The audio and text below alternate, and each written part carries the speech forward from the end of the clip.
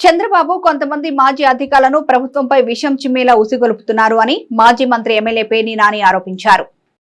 చంద్రబాబు తాను చేసిన మంచి గురించి చెప్పే దమ్ము లేదని పచ్చ మీడియాతో పాటు కొంతమంది మాజీ అధికారులను ప్రభుత్వంపై విషం చిమ్మేలా ఉసిగొలుపుతున్నారని మాజీ మంత్రి శాసనసభ్యుడు పేర్ని నాని మీడియా సమావేశంలో ధ్వజమెత్తారు. ఐఏఎస్ గా పనిచేసిన పివి రమేష్ తండ్రి సుబ్బారావు మాస్టర్ కొందరు రైతులతో కలిసి ఉమ్మడిగా 70 ఎకరాల పొలాన్ని 20 ఏళ్ల క్రితమే చెరువు తవ్వి లీజుకిస్తున్నారని, అందులో సరిహద్దులు లేని పివి రమేష్ పొలం ఇప్పటికే వివాదంలో ఉంది అని ఆయన తెలిపారు. ఈ భూ వివాదంపై జనవరి నెలలో విచారణ నిర్వహించారన్నారు. భూముల అసలు పత్రాలు తీసుకురావాలని చెప్పినా ఇప్పటి వరకు పివి రమేష్ రాలేదని పేర్ని నాని వివరించారు. అక్కడ రైతులకు పివి రమేష్ కి గొడవలుంటే ప్రభుత్వంపై బురద జల్లుతున్నారని ఆయన విమర్శించారు. ల్యాండ్ టైటిలింగ్ యాక్ట్ కు ఈ భూమి వివాదానికి సంబంధం ఏంటి అని పేర్ని నాని ప్రశ్నించారు. ఐఏఎస్ గా పనిచేసి విషం చిమ్మడం సమంజసమా అని ఆయన పేర్కొంటూ చంద్రబాబు కోసం ట్వీట్స్ చేయడం దేనికి సంకేతం అని ప్రశ్నించారు. వెన్నకోట గ్రామం వచ్చి వాస్తవాలు తెలుసుకోవాలని మాట్లాడాలన్నారు. పివి రమేష్ గారిది కృష్ణా జిల్లా గుడ్లవలేరు మండలంలో వెన్నకోట గ్రామం అయిందంట. వెన్నకోట గ్రామంలో నా తండ్రికి ఉన్నటువంటి పొలాన్ని నా పేరు మీద అడిగితే మ్యుటేషన్ చేయట్లేదు. ఇది నా పొలం, నా తండ్రి పొలం, మా తండ్రి మరణిస్తే నా పొలం నా పేరు బదలాయింపు జరగట్లేదు, హక్కులు ఇది జగన్మోహన్ రెడ్డి గారి చేతిలో ఉంది అని చెప్పని ఎంత అసహ్యంగా, అన్యాయంగా, కిరాతకంగా మాట్లాడతాడు ఆయన. అంటే ట్వీట్ చేస్తాడు, అంటే తన భావ వ్యక్తీకరణ చేస్తాడు. వాస్తవాలు ఏంటి? రమేష్ గారు తండ్రి గారు సుబ్బారావు మాస్టారు, వెన్నకోట గ్రామం, మాది కూడా వెన్నకోటే. సుబ్బారావు మాస్టారు ఈయన తండ్రి. సుబ్బారావు మాస్టర్కు ఉన్నటువంటి పొలాన్ని ఆయనతో పాటు ఉన్నటువంటి చాలామంది అదే వెన్నకోటలోనే ఇంకొక ఐఏఎస్ ఐపీఎస్ ఆఫీసర్లు కూడా ఉన్నారు అదే ఊళ్ళోనే. వాళ్ళందరూ కలిసి చుట్టుపక్కల ఉన్న రైతులందరూ కలిసి సుమారుగా ఒక 25 మంది కలిసి ఒక 70 ఎకరాలు ఒక చెరువు తవ్వి 20-25 సంవత్సరాల క్రితమే దాన్ని లీజుకి ఇవ్వడం జరిగింది. సుమారుగా 20 ఏళ్ల పైబడి ఒక 25 మంది రైతులు కలిసి ఒక 70 ఎకరాల పొలం ఏక చెరువు చేసి, అంటే కోఆపరేటివ్ ఫార్మింగ్ లాగా అందరూ కలిసి ఒక మాట అనుకుని అందరూ కలిసి 70 ఎకరాలు 25 మంది కలిసి ఒక చెరువు తవ్వేసి దాన్ని లీజుకి ఇచ్చుకుంటూ వస్తున్నారు. ఈయన గడిచిన సంవత్సరంన్నర క్రితం రమేష్ గారు తండ్రి గారు మరణించారు. సుబ్బారావు గారు మరణించాక ఈయన మ్యుటేషన్కి కాగితం అప్లై చేశాడంట. అప్లై చేస్తే అప్పటి నుంచి ఎంక్వైరీలు జరుగుతున్నాయి. అలాగే గాలంకి నాగేంద్రం అని చెప్పని ఈయన సరిహద్దులో ఆ 70 ఎకరాల చెరువులోనే ఇంకొక రైతు ఉన్నాడు. ఆయనకి ఈయనకి కోర్టులో దావాలు జరుగుతున్నాయి. ఆయన పిటిషన్ల మీద పిటిషన్లు పెడతా ఉంటాడు అందరి మీద అంట. ఈ రకంగా డిస్ప్యూట్లు ఉన్నాయి. పొలానికి సరిహద్దులు లేవు. చెరువులో 70 ఎకరాల చెరువులో ఈయనకి సంబంధించినటువంటి వీళ్ళ నాన్నగారికి సంబంధించినటువంటి పొలం అది 9 ఎకరాల 10 ఎకరాల 11 ఎకరాల ఎంతో కొంత ఉన్నది. ఇవాళ డిస్ప్యూట్లు ఉన్నాయి. అక్కడ ఫెయిర్గా అంటే అక్కడ ఫెయిర్గా లేదని చెప్పి ఆఫీసర్లు చెప్తున్నారంట. దీనికోసమనే జనవరి మాసంలో అక్కడ పెద్ద ఎంక్వైరీ నడిచింది. జాయింట్ కలెక్టరు, ఆర్డీఓ వీళ్ళందరూ కలిసి అక్కడ క్యాంప్ చేసి ఎంక్వైరీ చేశారు. ఆ ఎంక్వైరీకి అందరు రైతుల్ని ఒరిజినల్ డాక్యుమెంట్స్ తీసుకుని రమ్మని చెప్పారంట. వీరు గుమస్తా గారిని ఒక ఆయన ఫోటోస్టాట్లు ఇచ్చి పంపించారంట. ఫోటోస్టాట్లు కాదండి ఒరిజినల్స్ పంపించండి అని చెప్పారంట. ఆయన ఒరిజినల్స్ పంపడు, ఆయన రారు, కొన్ని గుమస్తా వస్తే వచ్చాడు. అందుకోసమనే ఇవాళ ఆ డిస్ప్యూట్ తెగొడటం కోసమే గడిచిన 3 మాసాల నుంచి ఆ చెరువుని ఎండగట్టే ప్రయత్నం చేస్తున్నారు అధికారులందరూ కూడా. ఆ చెరువులోకి నీళ్లు తోడనివ్వకుండా చెరువు ఎండగట్టి ఈ ఎన్నికలాడ అవడంగానే రాళ్ళు ఎవరి సరిహద్దులు ఆడికి చేసి ఆ సరిహద్దులు ఎవరి పొలం ఎక్కడుందో బౌండరీస్ ఫిక్స్ చేసి మ్యుటేషన్ చేయడానికి వాళ్ళ ప్రయత్నం వాళ్ళు చేస్తున్నారు. ఇంత తంతు నడుస్తుంటే, ఇంత కథ నడుస్తుంటే ఇంత విషం చెప్పడం జగన్మోహన్ రెడ్డి గారి మీద. కృష్ణా విశ్వవిద్యాలయంలో ఏర్పాటు చేస్తున్న స్ట్రాంగ్ రూమ్ లో కౌంటింగ్ కేంద్రం ఏర్పాట్లు జిల్లా ఎన్నికల అధికారి జిల్లా కలెక్టర్ డికే బాలాజీ పరిశీలించారు. జిల్లా ఎన్నికల అధికారి జిల్లా కలెక్టర్ డికే బాలాజీ కృష్ణ విశ్వవిద్యాలయం సందర్శించారు. సాధారణ ఎన్నికలు 2024 సందర్భంగా అక్కడ ఏర్పాటు చేస్తున్న స్ట్రాంగ్ రూమ్ లో కౌంటింగ్ కేంద్రం ఏర్పాట్లు పరిశీలించారు. స్ట్రాంగ్ రూమ్ ల నుంచి కౌంటింగ్ హాల్ కు కౌంటింగ్ సిబ్బంది ఏజెంట్లకు వేరువేరు మార్గాలు ఏర్పాటు చేస్తూ బ్యారికేడింగ్ చేయించారన్నారు. ముఖ్యంగా పోలింగ్ అనంతరం ఆయా అసెంబ్లీ నియోజకవర్గాల నుంచి ఈవీఎంలు కౌంటింగ్ కేంద్రానికి తరలించి భద్రపరచుటకు ఆయా నియోజకవర్గాల నుంచి ఈవీఎంలతో వచ్చే వాహనాలకు అవసరమగు పార్కింగ్ స్థలాలు వాటిని చదును చేసే పనులు పరిశీలించారు. పామరు పెడన నియోజకవర్గాలకు సంబంధించి విశ్వవిద్యాలయం భవనాలకు పడమర వైపు పార్కింగ్ ఏర్పాట్లు, మచిలీపట్నం అవనిగడ్డ నియోజకవర్గం ప్రధాన భవనాల ఎదుట గల ప్రదేశాల్లో వాహనాల పార్కింగ్ ప్రదేశాలు కలెక్టర్ పరిశీలించి మెరక పనులు, చదును చేసే పనులు పరిశీలించి పలు సూచనలు చేశారు. ASP G Venkateswara Rao, DRO K Chandrasekhara Rao, Pamarru Avanigadda returning అధికారులు శ్రీదేవి, బాలసుబ్రహ్మణ్యం, ఏడీ సర్వే మనీషా త్రిపాఠి తదితరులు కలెక్టర్ వెంట ఉన్నారు. నాగాయలంక మండలం ఎదురుమొండి పర్యటనలో టీడీపీ, బీజేపీ, జనసేన కూటమి ఎంపీ, ఎమ్మెల్యే అభ్యర్థులు వల్లభనేని బాలశౌరి, మండలి బుద్ధప్రసాద్లకు ఘన స్వాగతం లభించింది.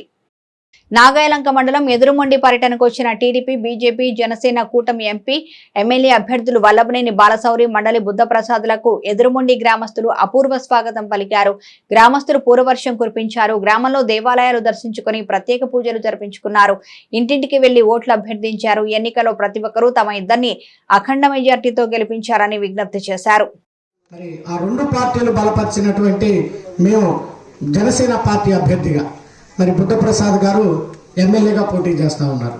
నేను పార్లమెంటుకి పోటీ చేస్తూ ఉన్నాను. సో నేను ఇంతకుముందు తెనాలి పార్లమెంటుకు ఉన్నప్పుడు మీరు నన్ను చూశారు. ప్రధానంగా మన జిల్లాలో మచిలీపట్నం బందర్ పోర్ట్ అనేది దశాబ్దాల కళ, కానీ అది ఎన్నో రోజుల నుంచి నెరవేర్చలేదు. మీ అందరికీ తెలుసు. కేంద్ర ప్రభుత్వం పవర్ ఫైనాన్స్ కార్పొరేషన్ ద్వారా 4,000 కోట్ల రూపాయల రుణాన్ని తీసుకొచ్చి ఈ రోజు మచిలీపట్నంలో బ్రహ్మాండంగా పోర్టు శరవేగంగా నడుస్తూ ఉందంటే మీ పార్లమెంటు సభ్యుడి యొక్క పాత్ర అందులో ఉందనేటువంటి విషయాన్ని కూడా ఈ సందర్భంగా మీకు మనం చేస్తాం. ఒకసారి పోర్టు వస్తే మరి బ్రహ్మాండంగా అన్నిటికీ ఇక్కడ ఉన్నటువంటి మత్స్య సంపద ఏదైతే ఉందో ఎక్స్పోర్ట్ చేసుకోవడానికి కూడా ఆస్కారం ఉంటుంది. మరి అవన్నీ మీరు గుర్తుపెట్టుకోమని చెప్పి కూడా ఈ సందర్భంగా మీ అందరూ కూడా మనం చేస్తూ ఉన్నాం. ఎక్కడైతే అభివృద్ధి అనేది ఉంటుందో, ఎక్కడైతే ఆటోమేటిక్గా ఉద్యోగాలు వస్తాయి. మరి ఈరోజు మనకి అమరావతి పోయింది, మరలా మనం తిరిగి క్యాపిటల్ సిటీని అమరావతిని తెచ్చుకోవాలి. అదే రకంగా పోర్ట్ వస్తే సంపద సృష్టించవచ్చు. చాలా మందికి, వేల మందికి ఉద్యోగ అవకాశాలు వస్తాయి. చదువుకున్న పిల్లలు ఎక్కడైనా ఉంటారు, ప్రతి గ్రామంలో ఉంటారు, అన్ని కుటుంబాల్లో ఉంటారు, అన్ని కమ్యూనిటీస్లో ఉంటారు. వాళ్ళకు కూడా తప్పకుండా అది నెమ్మదిగా రోడ్డు కూడా ఉండదు. ఆ రకమైన పరిస్థితి ఉంది. అంచేత రిక్రూట్మెంట్ కడతాం కానీ, ఇల్లు కడతాం కానివ్వండి, ఇక్కడ ఉన్న సహాయ సహకారాలు ఇవ్వడంలో అరుణ సంస్థ కూడా మనకి దోహదపడింది. దీంట్లో ప్రభుత్వమే కాదు, స్వచ్ఛంద సంస్థలు కూడా మనకు ఎంతో సహకరించే. దాంట్లో ముఖ్యంగా రోజున కెనడియన్ బాప్టిస్ట్ మిషన్ వాళ్ళు కానీ సహకారం చేయకపోతే, వాళ్ళు నిధులుపోతే ఇవాళ మీకు సాగునీరు ఉండేది కాదు. అలాగే గ్రామ అభివృద్ధిలో అనేక కార్యక్రమాలు అసిస్ట్ సంస్థలు కూడా చేయడం జరిగింది. ఆ రకంగా ఈ సంస్థలు, ఎందుకంటే ఒకటి మాత్రం గుర్తుపెట్టుకోవాలి, మాకు అవనిగడ్డ నియోజకవర్గంలో తక్కువ ఓట్లు ఉంది. మీ గ్రామం కేవలం ఓట్లు కొరగతి కోర్టు తీసుకొచ్చి కుమ్మరించక్కర్ల. ఇంత కుమ్మరించినా మీరు ఓట్లు లేవు, అది కూడా నాకు తెలిసిన విషయమే. ఇందాక బాలవాడు చెప్పాడు కదా, దాని గురించి ఆలోచించాం. మేము ఆలోచించేదంటే ఎవరైతే సమాజంలో అత్యధికంగా బాధపడే వాళ్ళు ఉన్నారో వాళ్ళ బాధను ఎలా తొలగించాలి. ఒక తల్లి తన పిల్లల్లో ఎవరైతే బలహీనంగా ఉంటాడో ఆ బలహీనంగా ఉన్న పిల్లవాడికి ఏ విధంగా బలం చేకూర్చాలని చెప్పి భావిస్తుంది. అట్లాగే ఎమ్మెల్యేగా ఉన్నవారు కానీ, ఎంపీగా ఉన్నవారు కానీ వాళ్ళ బాధ్యత ఏంటంటే వాళ్ళ నియోజకవర్గంలో ఎవరైతే ఎక్కువ ఇబ్బందులు పడుతున్నారో ఆ ఇబ్బందులు పడుతున్న ప్రజానికానికి దేశ ఉజ్వల భవిష్యత్తు కోసం ఇండియా కూటమి అభ్యర్థులను అత్యధిక మెజార్టీతో గెలిపించాలని కమ్యూనిస్టు పార్టీ సీనియర్ నాయకులు వాకా రామచంద్రరావు కోరారు. మోపిదేవిలో కాంగ్రెస్ పార్టీ ఎమ్మెల్యే అభ్యర్థి అందే శ్రీరామ్మూర్తి ఎన్నికల ప్రచారం నిర్వహించారు.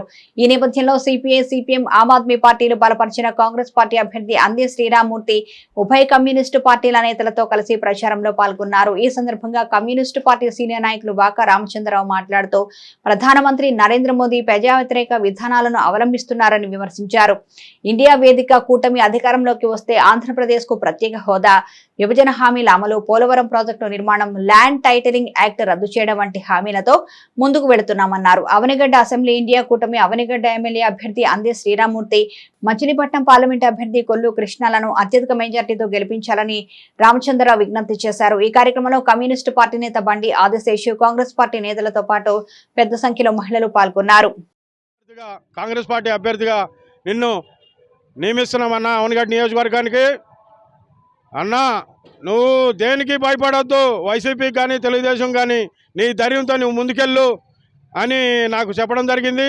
అలాగే ప్రతి మండలంలోనూ పాదయాత్ర చేసుకుంటూ గడప గడపకి మా అభివృద్ధి కార్యక్రమాలు మేమేం చేస్తున్నామో పథకాలు, మా 9 పథకాలు ఇంతవరకు ఎవరూ చేయలేని కార్యక్రమాలు అమ్మా ఇవి.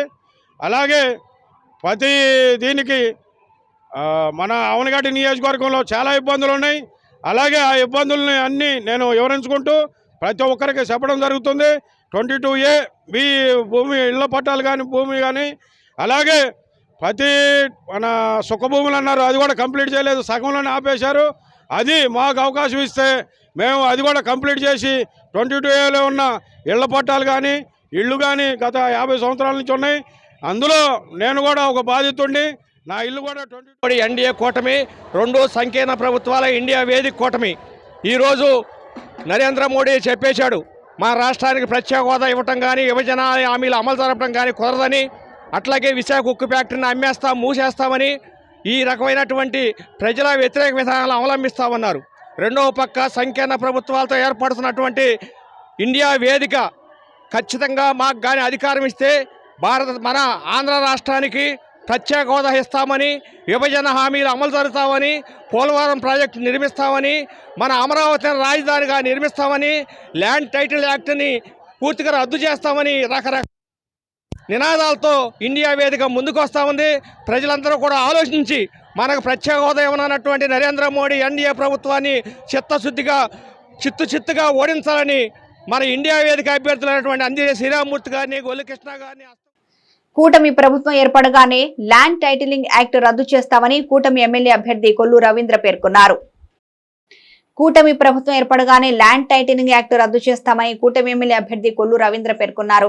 బార్ అసోసియేషన్లోని న్యాయవాదులతో ఆయన ఆత్మీయ సమావేశం నిర్వహించారు. ల్యాండ్ టైటిలింగ్ యాక్ట్ రద్దు కోరుతూ బార్ అసోసియేషన్ ఆధ్వర్యంలో న్యాయవాదులు సుదీర్ఘ పోరాటం చేశారని కొల్లు రవీంద్ర పేర్కొంటూ కూటమి ప్రభుత్వం ఏర్పడిన వెంటనే ల్యాండ్ టైటిలింగ్ యాక్ట్ రద్దు చేస్తూ 2వ సంతకం పెడతామని టీడీపీ అధినేత చంద్రబాబు నాయుడు ప్రకటించిన విషయాన్ని ఆయన గుర్తు చేశారు.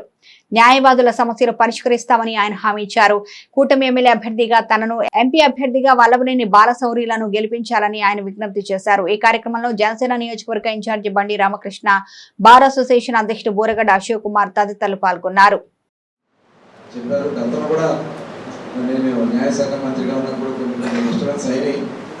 అది అప్పటికే నిర్ణయం అయిపోయిన పరిస్థితుల్లో మరి అప్పుడు నేను ఛార్జ్ తీసుకోవడం జరిగింది.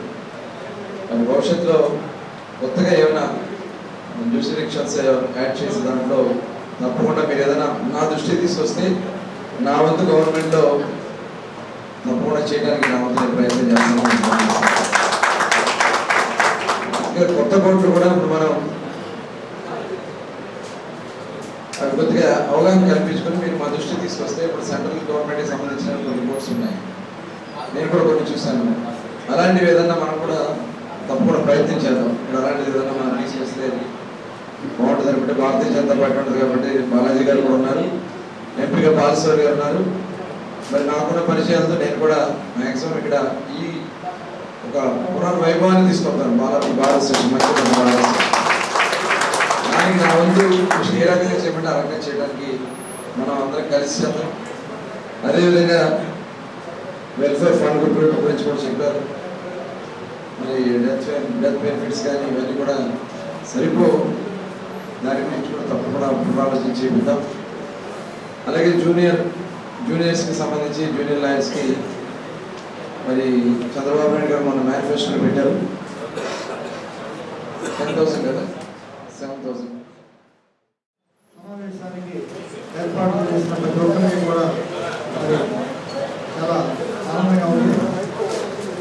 రవీంద్ర గారు కూడా మీ గురించి ఎప్పుడు మాట్లాడుతూ ఉంటారు. చాలామంది న్యాయవాదులు చెప్పినట్టుగా సొంత ఇల్లు లేదు, చాలా ఇబ్బందులు పడుతున్న వాళ్ళు ఉన్నారు. వాళ్ళకి ఏదైనా చేయాలి. ఎందుకంటే మన గురించి మనకే తెలుస్తుంది, మీ గురించి మీరు చెప్పుకుంటేనే అర్థం ఉంది. కనుక న్యాయమైన కోరికలు తీర్చడం ప్రభుత్వం పని. ఎందుకంటే ఎలక్షన్ అప్పుడు ఏదో వస్తారు, వాగ్దానాలు చేస్తారు, వెళ్ళిపోతారు అనేది కాకుండా ఒకటే అనుకుంటున్నాం, రుణం తీర్చుకోవాలి. మన యొక్క ప్రజలు మనకి చేసిన ఇచ్చిన అధికారాన్ని ప్రజలకు ఉపయోగపడే విధంగా నాయకులు ఉండాలి. నాయకులకి మంచి జరిగేటట్టు ప్రజలు ఆలోచించాలి. అప్పులైపోయిన బార్ అసోసియేషన్లో ఉన్న బాధలు, న్యాయవాదుల ఇబ్బందులు అవన్నీ గతంలో న్యాయశాఖ మంత్రిగా పనిచేసిన పొల్లు రవీంద్ర గారికి తెలుసు. కాబట్టి వారికి నేను ప్రత్యేకంగా చెప్పాల్సిన అవసరం లేదు. ఏదేమైనా మేము ల్యాండ్ టైటిలింగ్ యాక్ట్ మొదటి రద్దు చేయండి, మొదటి సంతకం ఎవరు చేస్తే వారికే మా మద్దతు అని చెప్పి ఒక ప్రకటన చేయడం వల్ల ఆ ప్రకటనకి ముఖ్యమైన విషయం చెప్పాల్సిందంటే ల్యాండ్ టైటిలింగ్ యాక్ట్ గురించి మనం దాదాపు మన 5 సంవత్సరం 3 నెలల 4 పైకి మనం చేసాం. ఏ పార్టీ నుంచి కూడా పాజిటివ్గా మేము రాగానే అధికారులు రిపీట్ చేస్తాం, క్యాన్సిల్ చేస్తాం హామీ ఇచ్చిన పాపం లేదు. బట్ పెద్దలు మాజీ ముఖ్యమంత్రులు చంద్రబాబు గారు సెకండ్ సైన్ ఈ రిపీట్ దాని మీద పెడతానని చెప్పి ల్యాండ్ టైటిలింగ్ యాక్ట్ రద్దు చేస్తాను గురించి మనం పాజిటివ్ హామీ ఇచ్చారు. కాబట్టి యావత్ ఆంధ్రప్రదేశ్ మొత్తం చాలా ఆందోళనలు ఉన్నారు. అది మన అదొక శుభ సంకేతం. కేవలం ఆ హామీ పెట్టాను మనం కూడా మన ఐడెంటిటీ నుంచి ఈడేపల్లిలోని సత్యసాయిబాబా మందిరంలో శ్రీ సత్యసాయి బాల వికాస్ వారోత్సవ ముగింపు సమావేశం ఈశ్వరమ్మ దినోత్సవం అత్యంత భక్తి శ్రద్ధలతో నిర్వహించారు. ఈడేపల్లిలోని సత్యసాయిబాబా మందిరంలో శ్రీ సత్యసాయి బాల వికాస్ వారోత్సవ ముగింపు సమావేశం ఈశ్వరమ్మ దినోత్సవం అత్యంత భక్తి శ్రద్ధలతో నిర్వహించారు. ఓంకార సుప్రభాతం నగర సంకీర్తన నిర్వహించి రాష్ట్ర విద్యా విభాగ మహిళా సమన్వయకర్త ఆర్ మాధవి, జిల్లా అధ్యక్షులు కొమరగిరి చంద్రశేఖర్ జ్యోతి ప్రజ్వలన చేసి ఈ కార్యక్రమం ప్రారంభించారు. ఈ సందర్భంగా పురవీధుల్లో విలువలతో కూడిన ర్యాలీని నిర్వహించి మాతృవందనం కార్యక్రమం జరిపారు. 99 మంది మహిళా మాతలను వారి పిల్లలు పాదపూజలు నిర్వహించారు. ఈ సందర్భంగా సమితి కన్వీనర్ పోతుకుచ్చి ఆంజనేయ కుమార్, జిల్లా వేద అధ్యయన సమన్వయకర్త పాతూరు జ్ఞానేశ్వర శర్మ ఆధ్వర్యంలో నిర్వహించిన ఈ కార్యక్రమంలో జిల్లా విద్యా విభాగ సమన్వయకర్తలు డి సాయి జ్యోతి, ఏ మురళీకృష్ణ, సమితి విద్యా విభాగ సమన్వయకర్తలు పి కళ్యాణి, పి వరప్రసాద్ తదితరులు పాల్గొన్నారు.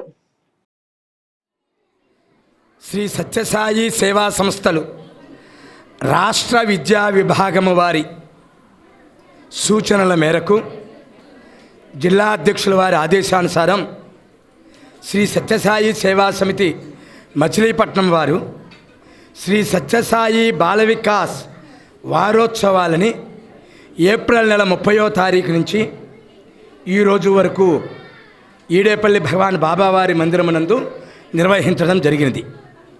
ప్రతిరోజు ఉదయం 8 గంటల నుంచి 11:30 వరకు సుమారుగా ఇది సత్యసాయి బాల వికాస్. పిల్లల్లో 3 లక్షణాలు ఖచ్చితంగా ఉండాలండి. అవి ఒకటి దైవ ప్రీతి, పాప భీతి, సంఘనీతి. ఈ 3 విలువలు నేర్పించే అద్భుతమైనటువంటి ఉద్యమము శ్రీ సత్యసాయి బాల వికాస్. ఈ బాల వికాస్లో బాల్యం నుంచి పిల్లలు దైవం పట్ల ఎటువంటి దైవభక్తి అంటే ఏమిటి, మన కోరికలు తీర్చే యంత్రం ఆ భగవంతుడంటే ఇంకేదైనా ఉన్నదా? ఘంటసాల మండలంలో నిర్వహించిన YSR Congress party road show ప్రచారానికి ప్రజల నుంచి మంచి స్పందన వెల్లువెత్తింది. అవనిగడ్డ నియోజకవర్గం పార్టీ అభ్యర్థి సింహాద్రి రమేష్ బాబు ఘంటసాల మండలంలో రోడ్ షోలో పాల్గొన్నారు. శ్రీకాకుళంలో వేంచేసి ఉన్న శ్రీకాకుళేశ్వర స్వామికి ప్రత్యేక పూజలు నిర్వహించిన అనంతరం రమేష్ బాబు ప్రచారాన్ని నిర్వహించారు. ద్విచక్ర వాహనాలపై వేలాదిగా తరలివచ్చిన పార్టీ శ్రేణుల ఆనందోత్సాహాల నడుమ రమేష్ బాబు ప్రచార రథంపై ప్రజలకు అభివాదం చేస్తూ మండలంలోని పలు గ్రామాల్లో రోడ్ షో నిర్వహించారు.